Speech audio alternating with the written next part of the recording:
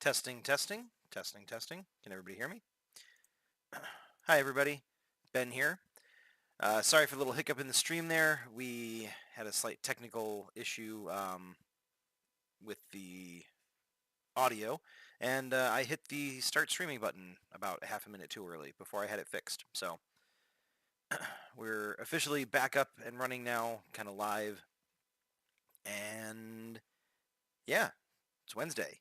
Let's talk Ravensdale role plays. We're going to do some campaign planning for the Ravnica game.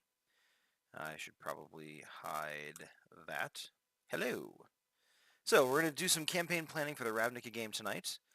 I've actually been waiting for the most part to do anything for this campaign until tonight, because I really want to start doing this as a regular thing where I actually design encounters and I kind of like write up NPCs and I start kind of just plotting out how everything is going to go.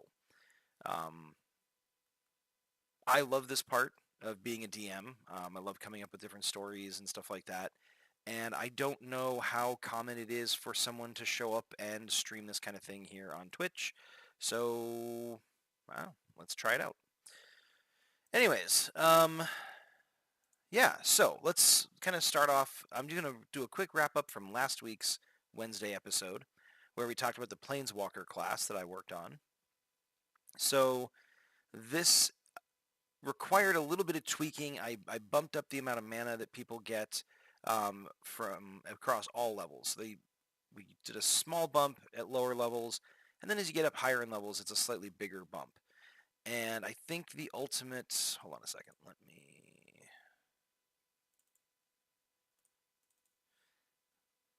I'm going to pull up another Excel spreadsheet, so everybody buckle up and get ready for good times. But I think with the spell comparisons that I did... Hello?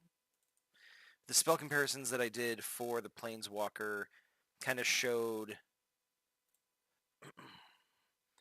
that they lagged behind pretty much every other class except for the Warlock. So even against like the Bards and the Clerics and stuff like that, who don't really get extra spell slots back through any mechanics, they still struggled to keep up. Like there was a little bit of overlap at 6th and 7th level, and then again at like 12th through 14th, but it was only for those few levels, and otherwise they just had fewer spells overall. So I went ahead and adjusted it, and now Planeswalkers kind of land in the middle of the other classes. So they're ahead of the Bards and the Clerics. They're a little bit behind the Druids, the Sorcerers, the Wizards, because these guys all are able to gain spell slots back. And so as a result, it just gives them the ability to cast more spells.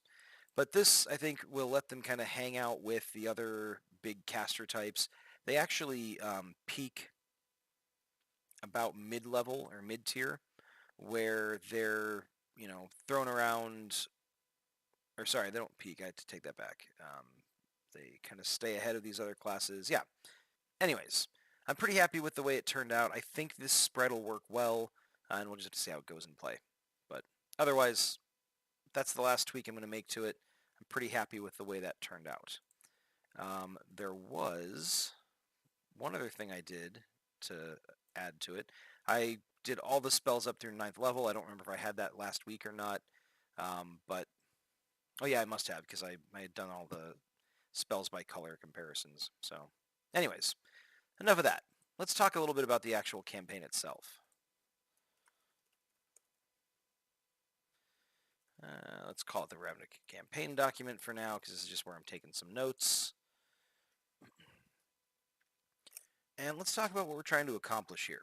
Like I said, I saved most of my writing for the campaign for tonight, but I did start putting down some initial ideas. So, by the way, it should go without saying that Andrew, Sophia, and Samson, you probably shouldn't be watching this. So if you are here, thank you very much for tuning in. Go ahead and mute it. Keep the stream going, but don't actually listen or watch, because I don't want you to get any clues as to what's coming. But having said that,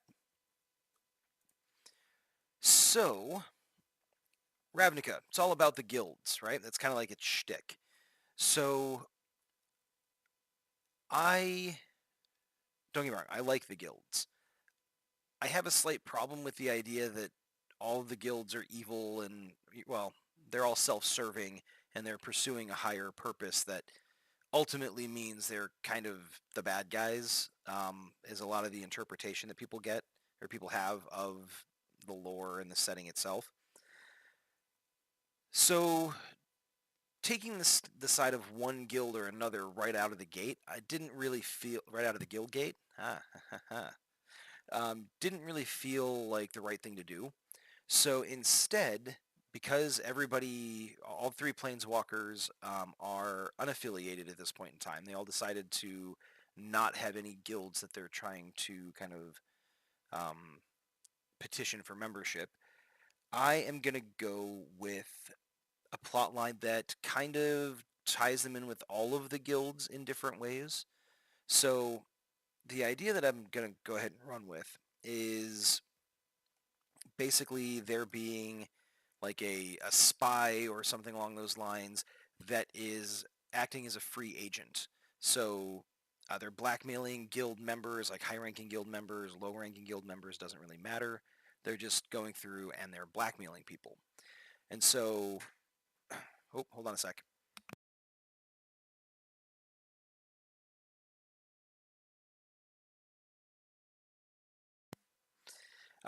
So I just realized I can't continue that train of thought because Samson's in the room. So I will have to wait.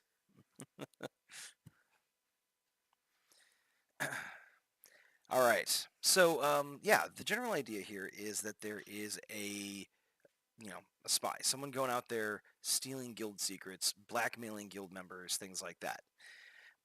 And the way they're doing this is they're stealing guild keys.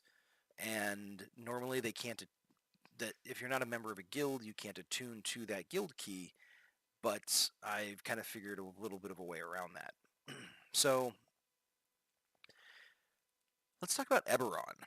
I know it's a weird kind of out of left field segue, but Eberron is another campaign setting from the 3.5 days that, for whatever reason, has not been updated to 5th edition officially. Like, there's some stuff out there, but it's not like in a source book, which is unfortunate because it's a cool setting. But I decided that I was going to snag the Changeling race from Eberron, and I was going to pull it over here, basically making it a Simic experiment that got loose. So Changelings, for those of you who don't know, are basically they can change their appearance to look like any other humanoid of approximately the same size. So as a result, they can make themselves look like anybody, pretty much. So the plan I'm going with here is that there's this Simic changeling that's running around that the Simic Combine was doing, was having go out and collect information and stuff like that. And the changeling at some point was like, you know what, forget this, I'm out, and went their own way. But continued stealing guild secrets because clearly those were valuable, type of thing.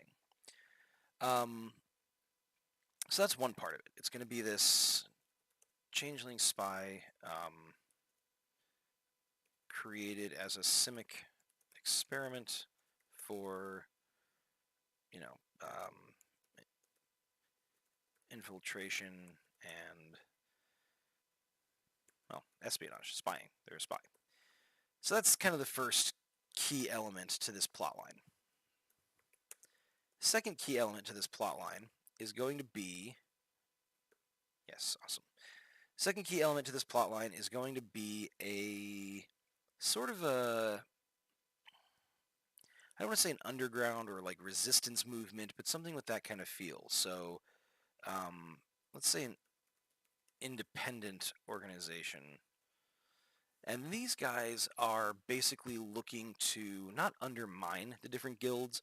They, this organization is smart enough to realize, and the people that run this organization are smart enough to realize that the guilds kind of keep Ravnica going, for better or for worse. Now, the problem is that the Guild Pact is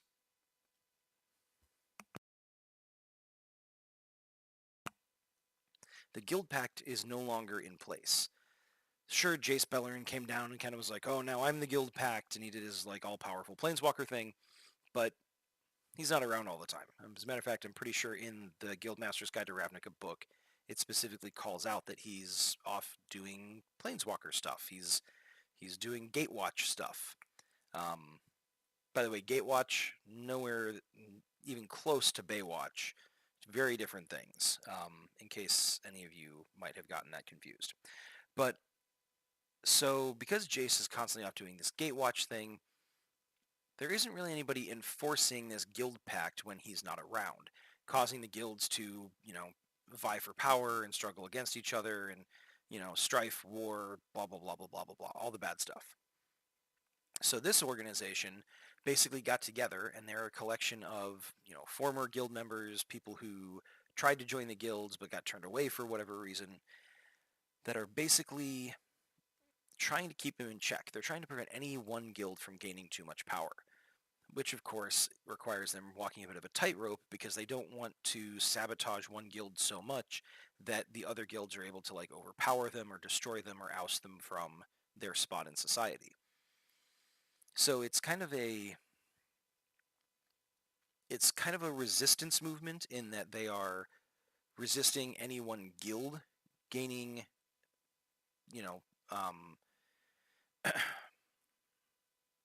what's the word I'm looking for? Gaining kind of that status as the guild that's in charge. So that's kind of the idea. I figure that's a nice organization to introduce for the characters so that they don't have to feel bad if they get asked to go do something that undermines or kind of chips away at one of the guilds they were thinking of joining, because this organization is clearly not there to destroy everybody. They're trying to do what's best for society as a whole. So that's the idea. So independent organization, unaffiliated with any guilds officially, trying to keep them all in check so none of them gain too much power.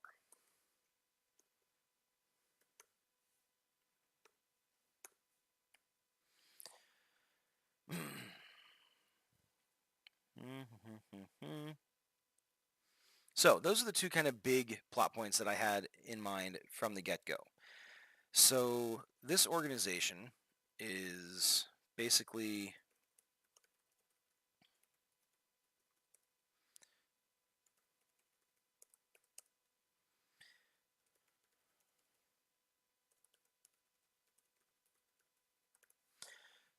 the organization basically comes to the players. They're basically neutral, both in alignment and in affiliation, but they're basically neutral in Ravnica. They don't have any allegiances to any guilds. They're a totally, free agent type of scenario.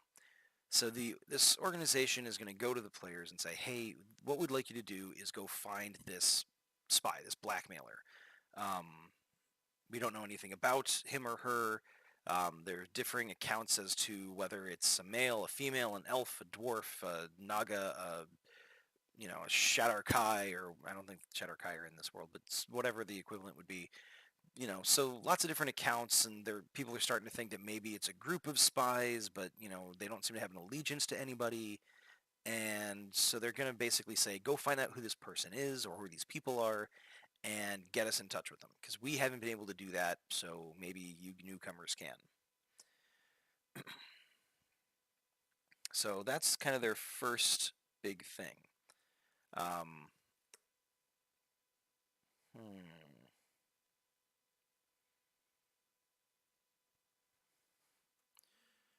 on a sec. Let's do this.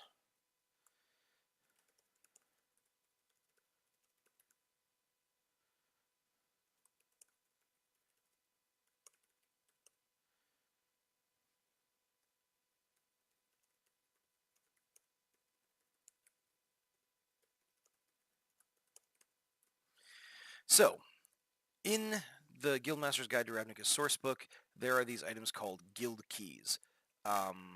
and they're not technically keys. You don't use them to unlock a portal or whatever. They're magic items that let you summon different creatures or cast different spells and stuff like that and they basically are signs of loyalty and service to a particular guild. So once someone gets to a certain rank, or if they do something really cool for the guild goes, here, you've got this, this key to the city, key to the guild, that marks your status and tells people that in the guild that they should respect you and, they should work with you, basically. Now, in the item description, it specifically states that you have to be a member of the guild to attune to the item and cast the spell.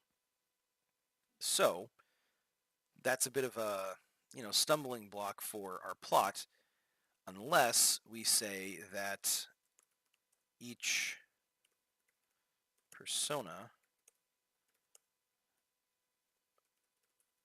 of the changeling can attune to a different guild key by joining the guild. So basically, this changeling spy has identities, multiple identities, that he or she uses, that they use to go in and, petition the guild for membership, prove their loyalty, do something to get access to someone with a guild key, swipe the guild key, attune to it, and then they can kind of be like, yeah, hey, I'm cool. People, here you go. And they get access to people that they wouldn't otherwise get access to, or different areas they wouldn't otherwise get access to, so that they can collect information and things like that. And it's kind of the kind of thing where the changeling is smart enough to know that they have to constantly be cycling stuff out, because if they're seen in an area where a guild key is stolen and then they show up later as that same person with a guild key, obviously the guild's not going to be super thrilled about that. But if they show up as person A, swipe the guild key, and then they show back up the guild as person C, who also has earned some kind of notoriety within the guild, then they can turn around and be like, oh yeah, I got this guild key. And not everybody's going to necessarily know whether that's accurate quickly enough to stop them. So it's kind of a one-time use plan, but that's what the changeling has to go on. So they're slowly burning bridges, and they're slowly, making it more difficult for them to continue operating in the area, but they still have enough leeway that they'll be able to accomplish some of their goals. So, I think it's important to tie the characters in, or the spy in with the organization. So I think it would be good if the spy was previously employed by this organization, but had a falling out and split off.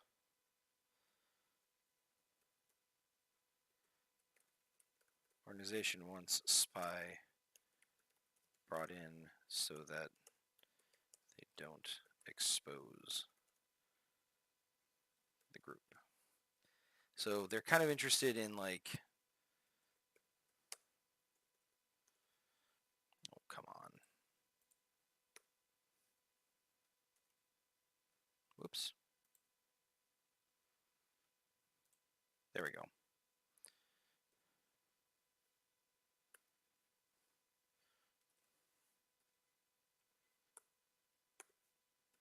Haha, there we go. So for this particular storyline, I think the guilds I want to start with a focus on as adversaries are going to be Simic, of course, because they're trying to get their experiment back, and Demir, because Demir is kind of the secret house. They're the people who are all about, like, going out and stealing information and spying on people and doing all the espionage, sneaky, roguey stuff. And so they have kind of a vested interest in figuring out who this person is, because they've had stuff stolen from them. They've heard rumors that other guilds have had stuff stolen from them. They're trying to figure out who the hell this, rogue agent is. So they're kind of narrowing in on the changeling at the same time that the characters kind of get involved. And then because the Guildmaster's Guide to Ravnica has this, it's like a short adventure module. It's kind of like an introductory adventure to the setting. There's this goblin gang member or gang leader called Krenko. So I feel like the changeling is probably running with Krenko's gang for protection slash cover story.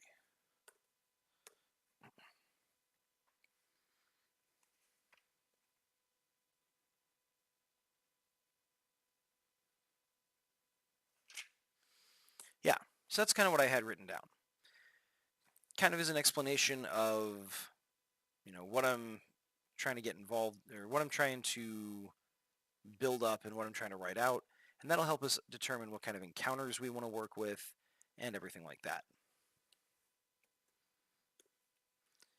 Now, one thing that I was thinking of, and I kind of want to make sure that I do this, is I want to do an encounter in an Is It Foundry with conveyor belts, steam jets, injection mold,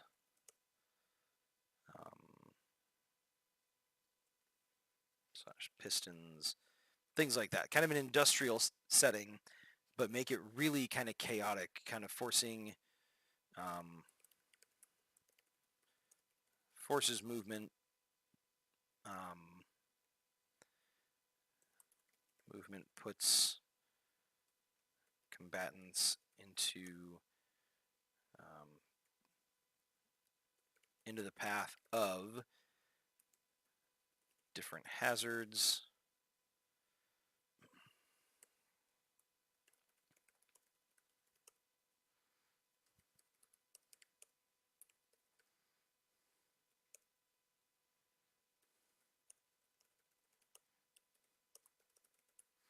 So I really want to focus on giving like kind of forcing players to move around, change up which target they're focused on, but at the same time, I want that to also be kind of a hindrance for the enemy combatants.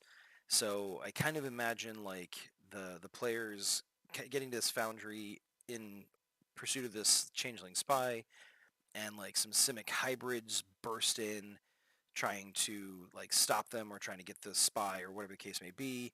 And so they're fighting these hybrid like Simic experiment monster things with, conveyor belts taking them to the other end of the room, and then they have to like defend against or dodge away from like a blast of steam, or you know something that pours molten metal into a mold or something along those lines. So just introducing different environmental hazards and forcing the players to move around and just try to approach the situation however they can.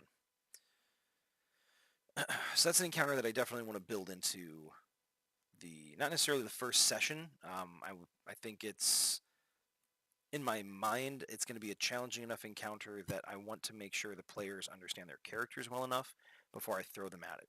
Because one of the things that I ran into when I was a young DM is going, okay, well, the book says that my players should be able to handle this encounter with, you know, 2 harpies and, 3 orcs. They should be able to handle that, right? Well, the problem is that that's just looking at it from a numerical perspective. You have to take into account your player's level of experience with the game in general, with the rules, and with their characters in particular. Because someone playing a new character that they don't fully understand, they may make less than optimal decisions, and as a result, they can put themselves in a position where they get killed off a lot faster than they would have if they were making decisions that kind of fit with the role that their character played or that their character class plays in the game. So yeah, all that to say, I want to be really careful not to throw my players into this little like meat grinder type of situation and then be like, oh well, whoops, that didn't go the way I wanted it to. So this will be a later encounter, maybe at the conclusion of like the first arc of this storyline, like just as they're kind of making contact with this changeling in whatever capacity they decide to do that. So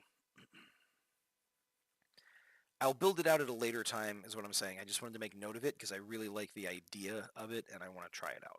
So for now, we will go with that. So let's talk first session. In the first session, what do we want to do? We want to introduce the characters, of course. That'll be something we do before we actually start the game itself. They'll just say, give their names, an idea to like their backgrounds and stuff like that, and that'll be their introduction. But we also want them to, we want to introduce the organization, introduce the plot hook, and we want to give them the goal, right? Those are kind of the main things for the first session. They're going to need to gather information, right? So they can talk to... I don't think...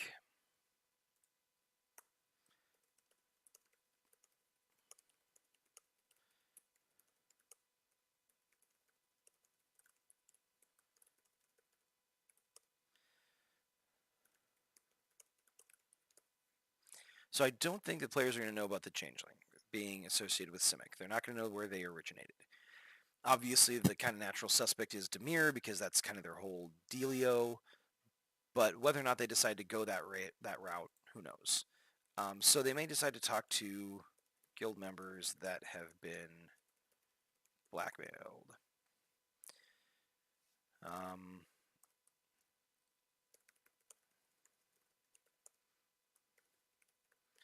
And I have to come up with names for all these people and everything like that. But for right now, we'll just go with the organization.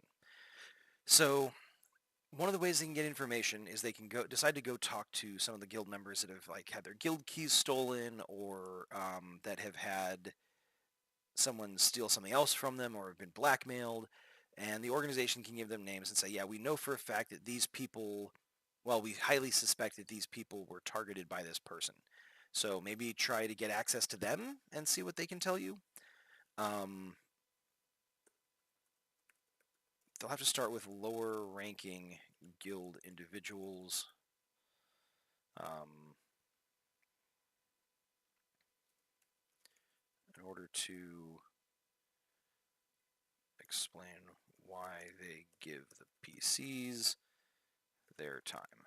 Because if you're high enough in the organization, you're not going to talk to some random schmoes who just show up and are like, by the way, I'd like to ask you some questions about this thing. So, and then obviously the victims slash targets have a reason not to go to the authorities within their guild or within the city at large. They can't go and talk to people in their guild and be like, hey, you know that thing you totally trusted me with that you said I shouldn't let anybody outside the guild get access to? I think somebody stole it. It doesn't really look good on a resume. So in order to kind of avoid that, there are going to be some of these people who have been targeted that will not have sought help externally. Whether or not they'll be willing to accept help externally from the players is something else entirely, especially because these people are probably likely to ask, like, where did you get your information? Who gave you my name? Why are you here?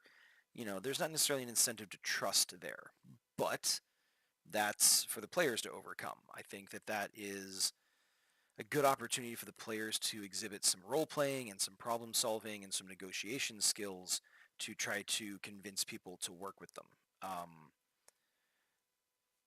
I think I'm going to build in, I think I'm going to write up 3 NPCs. 2 who are resistant to PC help, 1 who is more open.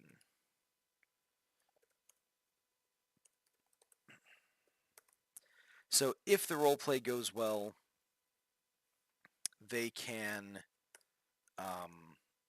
maybe get some information from any of these NPCs. If the roleplay goes badly, if they piss someone off or they insult them or something like that, then there's still one NPC that they can talk to that is like, yeah, okay, I'm okay with this idea, you know, having some independent third party individuals take care of it is a lot better than having, you know, my guild master get involved and, you know, get mad at me. But as any experienced or seasoned or even a DM that's only had a couple of sessions under their belt will tell you,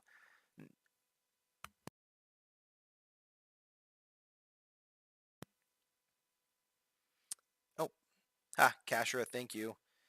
Just told me that I should scroll down a little bit. There we go. So, as any experienced DM will tell you, you never want to give your players a single route to advance the plot because they will miss it, or they will intentionally sabotage it, or they will just decide they're not interested. Something will happen and the plot will stall. We don't want that to happen. So what we're going to do is we're going to try to figure out what the next way or what another way that they can advance the plot is. And again, Kashra, thank you very much for that advice. Much appreciated. Hopefully that makes it better.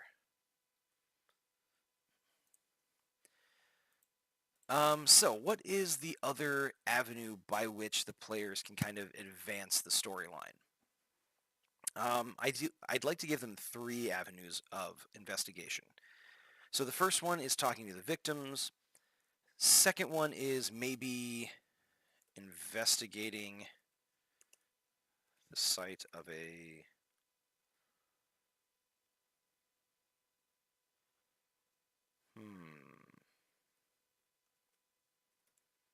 maybe investigating the site of an attack, or not an attack, but a theft. Oops, not an theft. Investigating the site of a theft.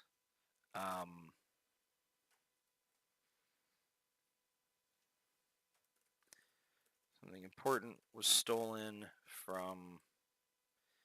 I think it should either be Azorius or Boros. Oh no, you know what?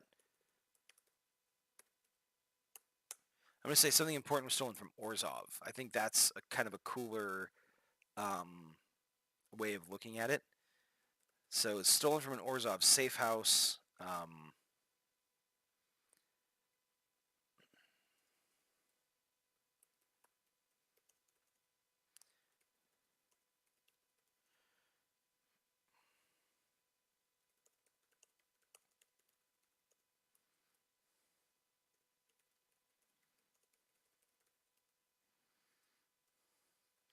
So they can go to the Orzhov safe house and they can investigate. They can find some kind of a clue. I think that is a good plan for them to kind of be able to advance this a little bit. Of course, we've got the question, what is the clue? How do the PCs get to the safe house? As far as how do the PCs get to the safe house or even know about it, I figure the organization kind of contact can give this information.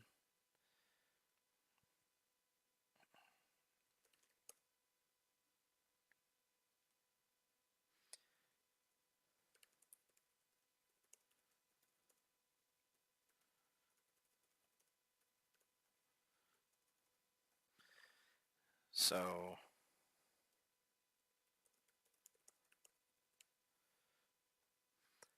all right. So the crime happened recently, so the site is pretty fresh.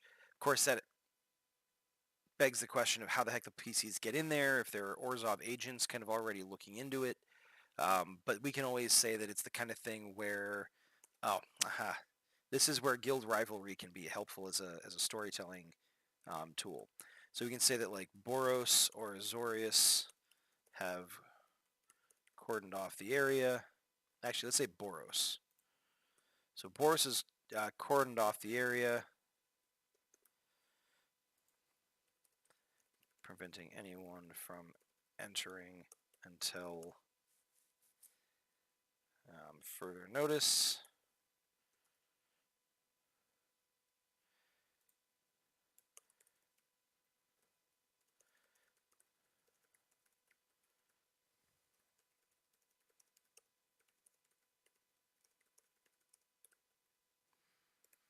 So Boros is like, nope, nobody can come in here. You know, active investigation, blah blah blah blah blah. But they don't technically have the authority to go in there because it's not their guild property. It belongs to another guild, and so it kind of, you know, kind of harkens back to some of those classic like procedural police dramas where, oh, you know, do you have a warrant and you know all that crap. But it gives the opportunity to kind of distract Orzhov while they are going and appealing to Azorius. There can be a little bit of a, you know, butting of heads between some Orzhov soldiers and some Boros soldiers and things like that. And that gives the players an opportunity to like take advantage of a distraction, slip past the guards, investigate the area, and then hopefully get the heck out. So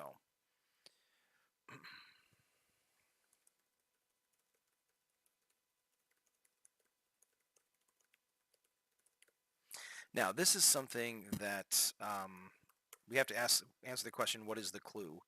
Obviously, but we'll come back to that because it's not something we have to decide on right now. Right now, we're just kind of writing out the general, you know, major points. I kind of feel like this is a good kind of keep it in your back pocket type of plot thread, where if the first avenue of investigation, i.e. talking to the victims, doesn't get them anywhere, they can, you know, still investigate the second plot thread, and if that doesn't pay off, then someone can run up and be like, hey, we just got, you know, news that there was this theft that went down, and, you know, that gives them another avenue of approach. So let's do it that way. Now, I think for the purposes of the names, like the guild individuals, I don't particularly see Golgari caring one way or the other about, you know, outsiders coming in and helping them. Selesnya, maybe.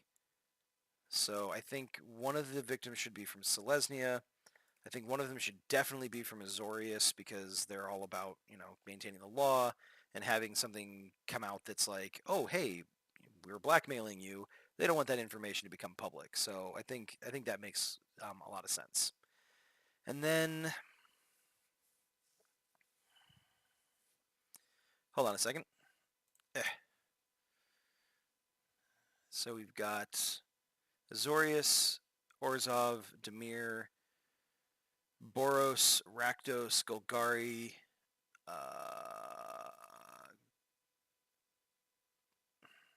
Gruul? Is it Gruul? Gruul? Why am I forgetting this? I forget what this one is. Oh no, this one's Boros. Hold on a minute. Oh, this one's Izzet. Selesnya and Simic. I'm forgetting which this one is. I think Izzet. I think we'll go with an Izzet member. Is the third one being that they know, or they suspect is being blackmailed. So they're going to look into, or they're going to be able to go talk to these three. We'll come up with the personalities, stats, all that stuff, just in case. I imagine if any of them is going to fight, it's most likely to be... Actually, none of these are really, like, inherently fighty. Like, they're not inherently aggressive or overly aggressive guilds. So maybe none of them are, like, outright hostile. They're just not really interested in talking. So one of them was going to be quicker to fight, one of them will be quicker to run away, and the other one will be quicker to actually cooperate. And we'll just kind of figure out who that's going to be. But for right now, we'll leave it at that. What time is it? 7:46. All right. The last thing I want to kind of talk about is the third plot thread. So let's get that figured out, and then we can figure out kind of a flow chart type of setup. So we have the main plot, then we have the main three plot threads that are coming off of that, and then off of each of those we're going to have a couple different encounters, a couple different NPCs, things like that, just to kind of keep everything moving. No single points of failure. That's the key. That's key to good design. So, what isn't good?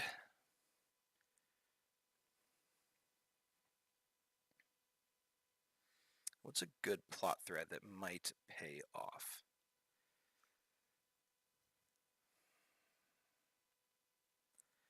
See, the players are new to the area, so they're not likely to know a lot of people. They don't have any specific contacts in the city. So let's see. Hold on a sec. Maybe we might even be able to come up with one that is a little bit more incentive for a particular character to get involved. So I know that um, Sophia's character is a merfolk from Ixalan. So let's take a quick look at the merfolk of Ixalan and just kind of see if there aren't any plot threads we can use from that.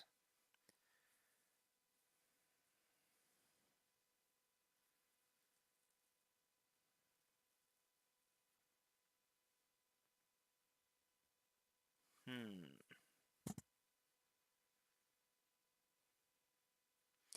That's mostly physical descriptions. It's less descriptive of their like society and everything like that. So that's kind of unfortunate, but it's not the end of the world. We can still make something happen with that.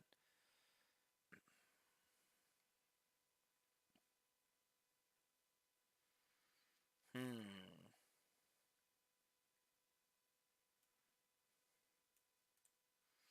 You know what? What we could do. Oh, yeah, Castro, you're right. As soon as we introduce the plot, the PCs are going to be like, "What's that shiny thing over there?" And they're going to go investigate something else entirely. But that's okay. That's why we also, in addition to being good at prepping a campaign, you also get really good at winging a campaign based on what your players decide they're interested in. Yeah, so we can always make it just a matter of like rumors. So maybe that's it. Maybe it's just, rumor gathering around the around the district. So going to bars, taverns, should be some whispers of what's happening. Because something like this isn't going to be, you're not going to be able to keep it secret. There are going to be people who are like, oh, did you hear that? Yeah, there's a rumor that someone's going and stealing all these guild keys from the guilds or whatever. And someone's going to be like, oh, I heard someone assassinated one of the guild masters. And so we can thread in a bunch of like wild, outlandish rumors and then some that are a little bit more reasonable, down to earth, believable. So that's a good idea, Kashra. I think that's probably not one of the main plot threads, but I think it's definitely something we want to include as like just kind of prep it so that it's there as a background detail if they need a little bit of extra push in a particular direction. So I think that would be really good. So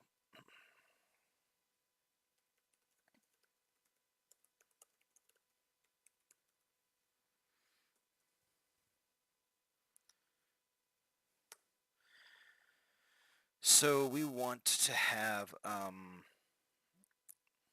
maybe create a list of rumors, some accurate, many not, that PCs might hear as they walk around the city.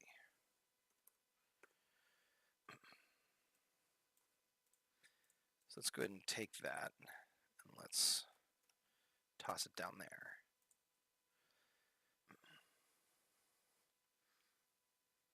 Yeah, that's true. Our players are relatively new to D&D. I know that Samson's played a couple of games in a Ravenloft game that he and I are in, and I believe that Sophia and Andrew kind of dipped their toes, but they're not really um, ex- I hate to use that term. They're not really experienced D&D players. I don't really think that you have to be experienced to play D&D, but there are some additional challenges to writing a game for new D&D players versus people who've been playing for a little while. So we want to kind of take that into consideration. Um, I don't think I want the spy to be like taunting the authorities or anything like that. I think that's a little bit trite. I don't think the spy isn't killing anybody, so there aren't any murder scenes to investigate. Um, how about this? How about this? Here we go.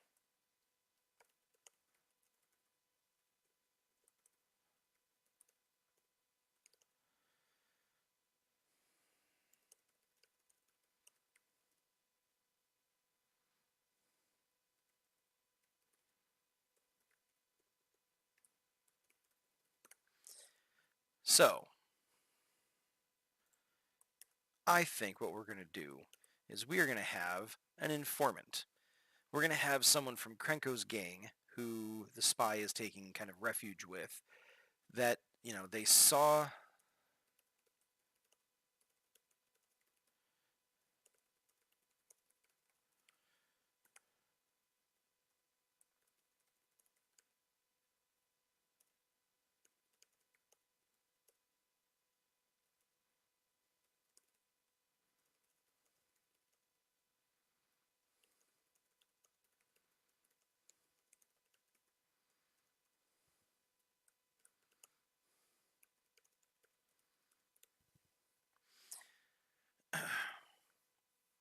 Kashura, yeah, it's lack of experience doesn't mean bad. It just means not experienced.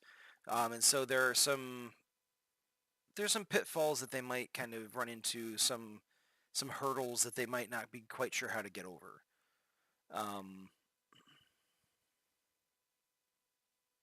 yeah, and I think one of the biggest things for new players is just not knowing what options are available. Like, can I go talk to this random person? Like, can I ask if I can go cast this spell on this rock wall? Or, like, sometimes a new player will ask you something or will ask me something as a veteran DM, and I'll go, you know what? That's a great question. There's no reason that wouldn't work. And you kind of have to just be able to roll with it. But of course, sometimes they don't necessarily ask those questions because they're kind of like, I don't know how to use the things on my character sheet. I don't know how I should apply this stuff. And so it's good to just have a couple of ways you can kind of gently nudge them along. And that's true for new players and experienced players alike. Don't ever think that, well, my party has been playing D&D for 20 years. They'll be able to catch on to this, no problem. Because I guarantee you, the second you think that, they will fail at the most rudimentary puzzle. They will overlook the most obvious clues, and they will just completely stall out the adventure if you take that for granted. So never be afraid to kind of build a fail-safe into your plot line so that you can kind of go, oh yeah, by the way, there's totally this thing that you didn't notice before, to kind of get them back on track. And that's kind of what we're doing here. So I kind of like this idea that, the thug is on the run because he saw the changeling change shape and like freaked out and bailed, and then went to go talk to a friend and be like, hey, turns out that friend has been impersonated by the changeling for the last however long as just another one of their cover stories. And so like the changeling shifts again, and he's like totally freaked out. He doesn't know who to trust. And so this thug, kind of bails and goes into hiding. Um, and that is actually a plot thread that they can get from.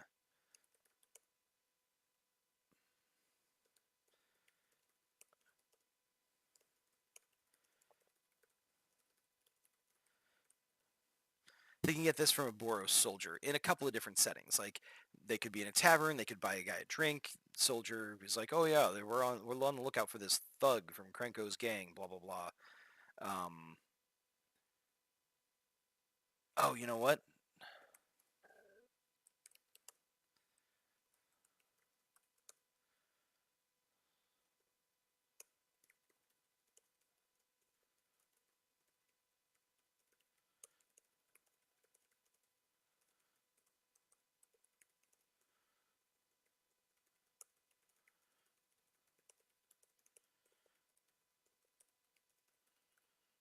So after the changeling realized that their cover was blown by this guy, they went in and stole something from Krenko, disguised as this thug. And so Krenko thinks that this thug is the one who stole it, and so he sends like a goon squad out to go take him out and get the thing back. So the changeling is kind of framing him for the purpose of letting Krenko um, deal with the leak um, in Krenko's way. But of course, the Boros are like, oh, this guy's wanted by Krenko's gang, so clearly he's got some information for us. We want to try to track him down. Um, And I think he should include detail that the thug was ranting a crazy conspiracy about shape changers before he went into hiding. Just to kind of like hammer home that this particular thug is related to the main plot. And so that kind of, that kind of gives the players a side quest. They have to go find this thug. They have to deal with Krenko's goons. And at the same time, they're still advancing the main plot. So it's a slightly more roundabout way of getting there, but it still gets them there. Alternatively, they can go and they can talk to the different guild members that are being blackmailed. It gives them the opportunity to engage in the role-playing and the negotiation and everything like that that I mentioned. So this is the more diplomatic kind of investigatory method, whereas this is the let's go, get into a fight with some goblins and some gang members to save this thug who can give us information to get what we need. And then if both of those fall through, then we've got the side of the theft that people can use, or that we can use to kind of have them go and investigate it and find some kind of clue leading to this person's affiliation or identity. And if that falls through, or if we just need something to kind of shore things up a little bit, then we've got the kind of generic rumors that they can hear kind of out and about, so they can be keeping an ear out for anything affiliated or associated with this particular plotline. So, no real like crunchy mechanics work just yet. Mostly just kind of figuring out what the plot is going to be, figuring out how the plot threads tie into each other. There's nothing wrong with leaving a dangling plot thread, by the way, when you're writing an adventure. I find that sometimes I have this inclination to everything's got to tie together perfectly, and there can't be any dangling or loose plot threads where players are going to be like, oh, let's follow that down the rabbit hole. That's not a bad thing. If players latch on to that particular plot thread and I don't have anything planned for it, great. It just means I have to go out and write something or wing something if they do it right at the beginning of the session. I basically have to come up with something to satisfy the player's curiosity, which in a lot of ways is kind of the point of being a DM. I can write an intricate, spy versus spy, Tinker Tailor Soldier Spy style adventure. Not that I'm saying this will be that, but like to that quality. But I can go for something like that, and if they latch onto this Selesnya informant who mentions that his or her significant other is sick and they can't figure out what's wrong with her, and they decide to go investigate that. Okay, fine. They've changed the genre of the game to a humanitarian thing, or something along those lines. So if that's what they want to play, that's what they want to play. So we'll take it as we can. And that's another thing, Kashra. Yeah, it's really common for players to suggest something that I'm like, you know what? I never thought about that. Maybe the king's daughter's nephew's dog is the bad guy. And then you kind of have to write that in and, figure out what the heck is going on with it. And yes, I have had something, not exactly that, but equally kind of off the wall and ridiculous that my players latched onto as a conspiracy theory.